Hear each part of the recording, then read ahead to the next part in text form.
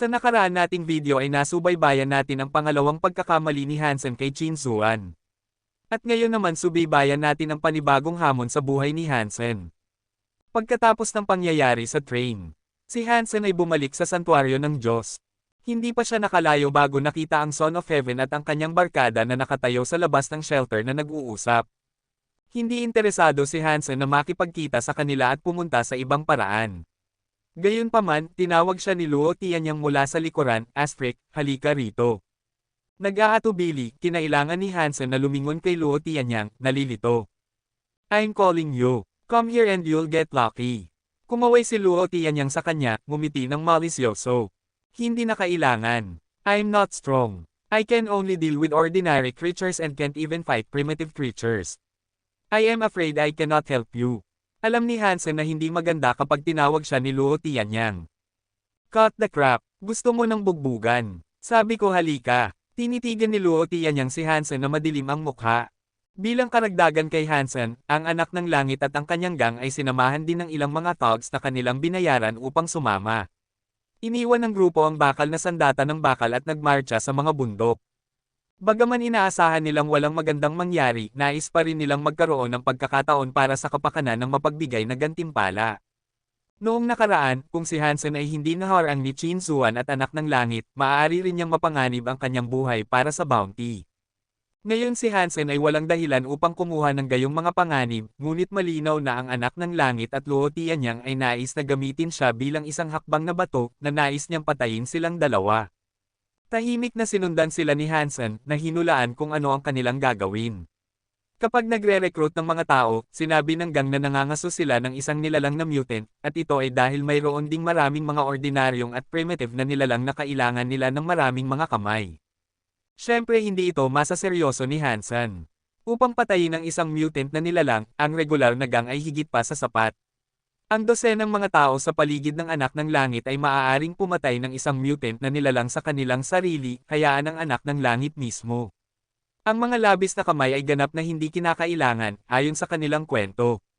Si Luo Tianyang at iba pa ay pinatay ang mga nilalang na nakatagpo nila sa daan, at binigyan ng karne sa mga upahan na casual, na naging masaya ang lahat.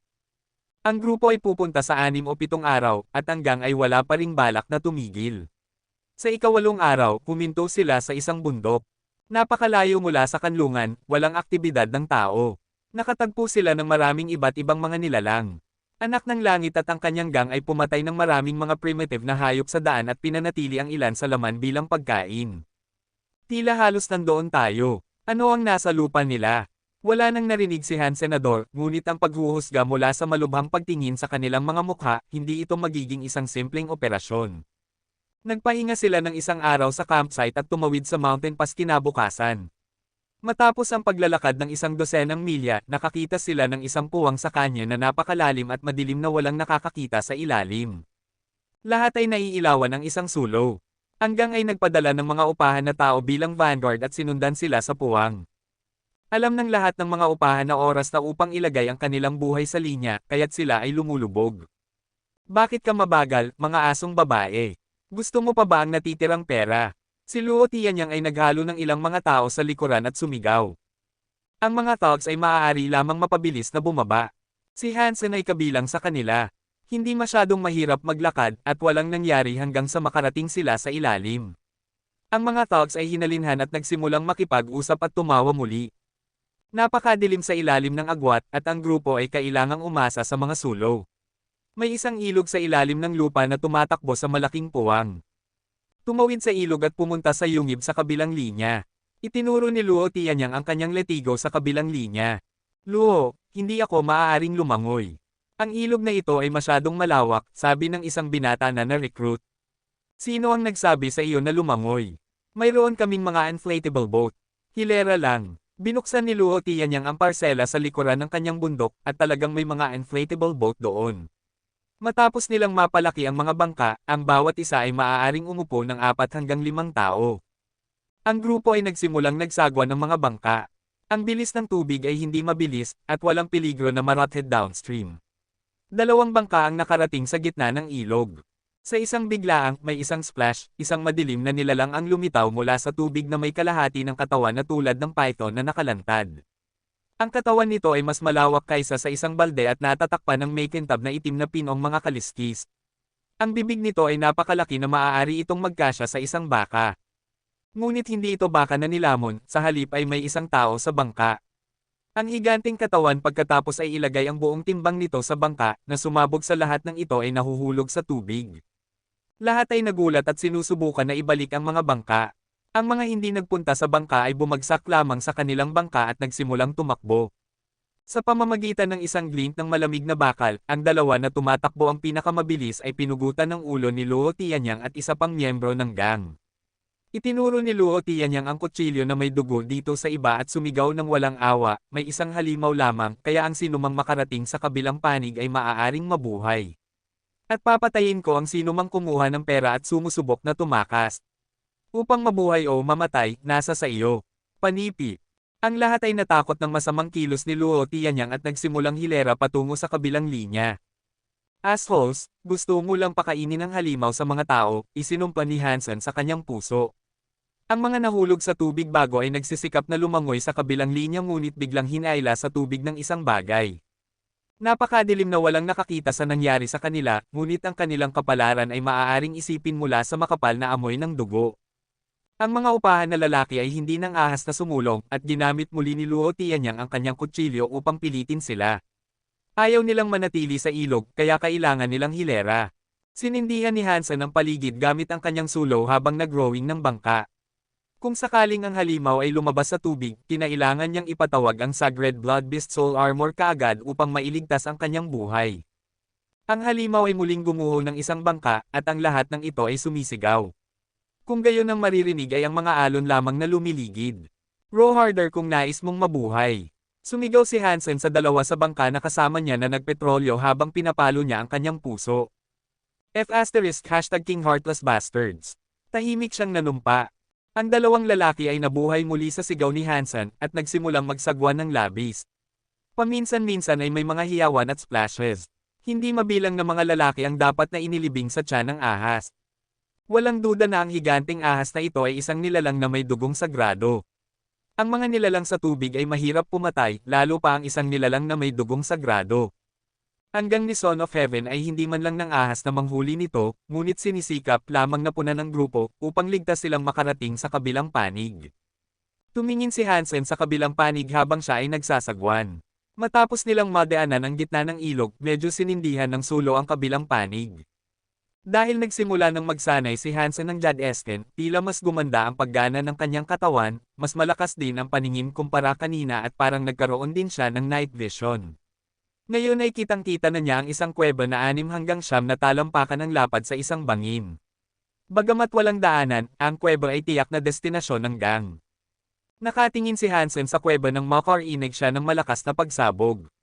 Nadurog ang puso niya nang makita ang dambuhalang ahas na bumubulusok sa tubig wala pang 6 na talampakan mula sa kanilang bangka, gumagalaw ang bibig nito patungo sa bangka at lumalabas ang mga pangil nito. Walang iniisip, tumalon si Hansen sa tubig at ipinatawag ang kanyang baluti sa ilalim ng tubig. Parang isda, nahirapan siyang lumangoy sa kabila ng ilog. Ang buong proseso ng pagtawid sa ilog ay trahedya. Hindi malinaw kung ang itim na ahas ay walang kabusugan o determinado lamang na pumatay ng mga tao, ngunit 2 bangka lamang ang nakarating sa kabilang panig, at 7 tao lamang ang nabuhay. Ang lahat ng iba ay nasa tubig at malamang napatay. Hindi na muling nagpakita ang ahas. Anak ng langit, bagamat ang ahas ay isang sagradong nilalang, hindi ito matalino. Ngayon ay puno na ito, hindi tayo dapat magkaroon ng masyadong panganib na tumawid, nakangiting sabi ni Luo Tianyang. Pumunta ka, nag-utos ang anak ng langit, at ang gang ay tumawid sa 3 bangka. Gaya ng inaasahan, hindi na umatake ang ahas at lahat sila ay ligtas na nakarating. Magpatuloy. Hinampis ni Luo Tianyang ang 7 nakaligtas, na napilitang maglakad sa loob ng kuweba, nanginginig. Nagsisi sila ng labis na pinagnanasaan nila ang bounty. Ano ang silbi ng pera kung dito sila namatay? Ngunit wala silang nakasalubong na ibang nilalang sa daan. Sa loob ng kalahating oras, nakarating sila sa dulo ng kuweba. Sa dulo ng kuweba ay may isang pool, at sa tabi ng pool ay isang pugad ng graba na 30 talampakan ang lapad. Sa gitna ng pugad mayroong 2 itlog na kasing laki ng mga itlog ng ostrich na may itim na pattern. Tuwang-tuwa ang Son of Heaven. Haha, awesome! Itlog ng mga nilalang na may sagradong dugo at dalawa sa kanila. Ngayon ang aking sagradong Geno points ay maaaring lumampas sa 80. Gayunpaman, hindi siya nawala sa kanyang pag-iingat at commendat kay Luo Tianyang na parehong nasa sabik. Agad namang naunawaan ng huli at pinilit ang mga nakaligtas na kunin ang mga itlog. Nanginginig, pumasok sila sa pugad ng graba at inilabas ang dalawang itlog. Gayunpaman, bago sila makaalis sa pugad, nagsimulang bula ang pol at bang. Isang malaking ulo ng ahas ang nakausli, ang maitim na pula ng mga mata ng ahas ay nakatitig sa mga magnanakaw ng itlog. Dam! Itapon mo ang mga itlog, sigaw sa kanila ng anak ng langit, ngunit natulala sila sa ahas ng malapitan at hindi sumagot sa kanya. Mga walang kwentang moher #curse. Sinaway ng anak ng langit at tinawag ang kanyang pulang espada, tumakbo pasulong. Hanggang lahat ay nagpatawag ng kanilang mga armas at sinundan siya. Sumugod sa harap ng mga nakaligtas, kinuha ng anak ng langit ang mga itlog at tumakbo patungo sa bakana ng Yungib. Ang ahas ay orihinal na nag-aalala tungkol sa mga itlog nito at hindi gumagalaw. Nang makita ang anak ng langit na tumatakbong kasama nila, nagalit ito at umalis sa pool, hinahabol ang gang. Harangan mo ito, sigaw ng anak ng langit, habang patuloy siyang tumatakbo ng walang tigil. Si Luo Tianyang ay mas walang awa. Hinawakan niya ang dalawang nanginginig na nakaligtas at inihagis sa ahas. Sa pagsalo ng isa sa bibig, nilunok siya ng ahas ng hindi nginunguya. Ang natitirang bahagi ng gang ay sumunod sa lahat, gamit ang mga nakaligtas bilang mga kalasag ng tao, na pansamantalang lumaban sa pag-atake ng ahas. Sinamantala nila ito at umatras. Mabilis na tumakbo ang anak ng langit, hawak ang dalawang itlog ng ahas. Hindi siya nagtagal bago makarating sa bakana ng kuweba. Nang siya ay nasa sabik, isang gintong kamao ang lumitaw sa kanyang harapan at tumama sa kanyang mukha. Hindi niya inaasahan na may nagtatago sa likod ng bunganga ng kuweba at hindi handa sa pag-atake. Damanak ang dugo at baluktot ang ilong, napaatras siya habang nakatikip ang kamay sa mukha. Ang dalawang itlog ng ahas ay biglang lumipad mula sa kanyang mga braso.